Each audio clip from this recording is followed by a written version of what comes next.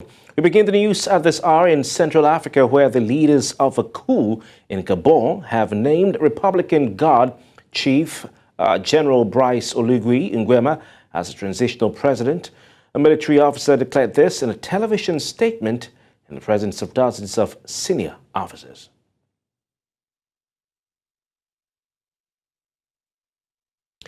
In the meantime, less than 12 hours after the military takeover in Gabon, a video has emerged where the ousted President Ali Bongo is calling on his friends all over the world to make noise. Take a listen. All the friends. I'm Ali Bongo Ondimba, President of Gabon, and I'm to send a message to all the friends that we have all over the world to tell them to make noise, For the people here have arrested me and my family. My son is somewhere, my wife is in another place, and I'm at the residence. Right now, I'm in the residence and nothing is happening. I don't know what's going on. So I'm calling you to make noise, really. I'm thanking you. That's ousted Gabonese President Ali Bongo Ondimba. Well, joining us live to make some sense of all that's unfolding in Gabon is Dr. David Matsanga. He is an African affairs analyst. He joins us from London. Dr. Matsanga, good evening to you. Thank you very much for your time. Good evening, Africa. Good evening, wherever you are across the continent of Africa and in the world listening to News Central. I'm Dr. David Matsanga, yes. Thank you very much, Dr. Matsanga.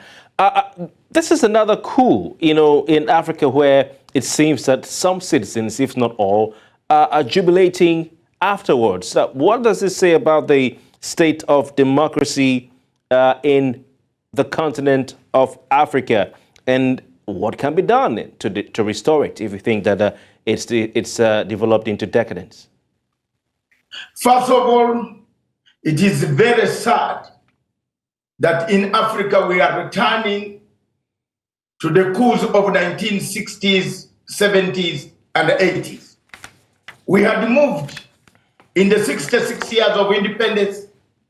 We had moved away from the army coming to knock on our doors in State House or government houses, arresting us like the way the gentleman, the president of Gabon is under arrest. We had moved away from there. But have we moved away from the root causes of these coups? What are the root causes of these coups?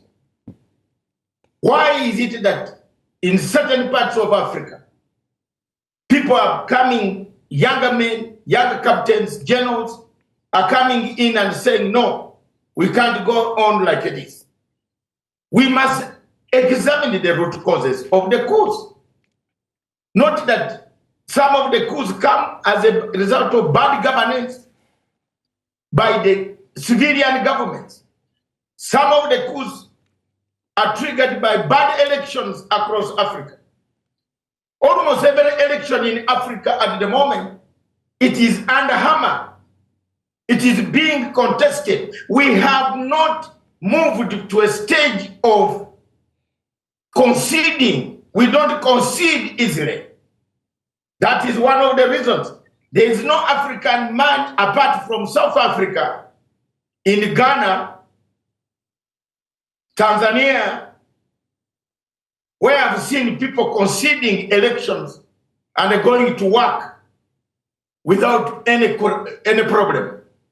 So what is causing us this type of amnesia that has cropped in? We have both internal and external factors. And that is what are here hovering over Africa. All right. Especially in the Francophone states. Dr. Matsanga, relatedly, let me ask, is there something, and I'm glad you've gone there, is there something Anglophone countries are doing right or differently that has sort of insulated them from this warring wave of coups on the continent? No, bad colonial policy, neo-colonial policies. France, and let's be very honest, the French assimilated these areas. The French, after giving independence to these areas, continued to milk the areas, milk the resources, take them away from Africa, take them to their places. That's one factor. The leaders installed by the French departing neo-colonialists or colonialists were also puppets of the colonial systems. For example, some countries in Africa, in the French-speaking countries, and let's speak frankly as Africans, so that we stop this stupidity of coups. We must be honest, straightforward, and tell that we want a better Africa with a better future, with our generation being in a better place than we are. All right. So are you saying therefore, Doctor? Yes. Doctor, are you saying therefore that these coups in the former French colonies are sort of a message to France that they want an end to the dominance of France, on the continent? Absolutely. Leave us and go. Leave the people to mind their economy. Why do you hold them after 66 years of independence? Why do you come to take nuclear material, uranium from Niger, but then they don't have power in Niger? You go and light Paris. Why? Why do you allow? Why do you want? Look at where the coups have taken place. Guinea-Conakry, Burkina Faso, Mali, Niger, Gabon, and I don't want to tell you here, but offline I will tell you where it is coming in. There are two candidates around that area very soon. Okay. I don't say Dr. Matsanga did not say. There are candidates there. Doctor, you're analyzing for us, so you can tell us where you think, are you talking about Cameroon maybe? In the French-speaking Francophone, there is one near there in Cameroon. Paul Biya must be careful. He's not eating now. I'm honest. If I were Paul Biya, I would begin to do dialogue with these people.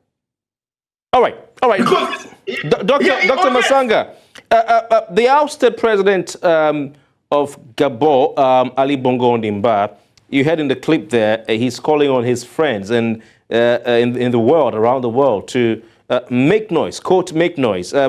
How do you expect his friends, including African leaders, the AU, international community, to react to this? How exactly are they going to make the noise that he wants them to make?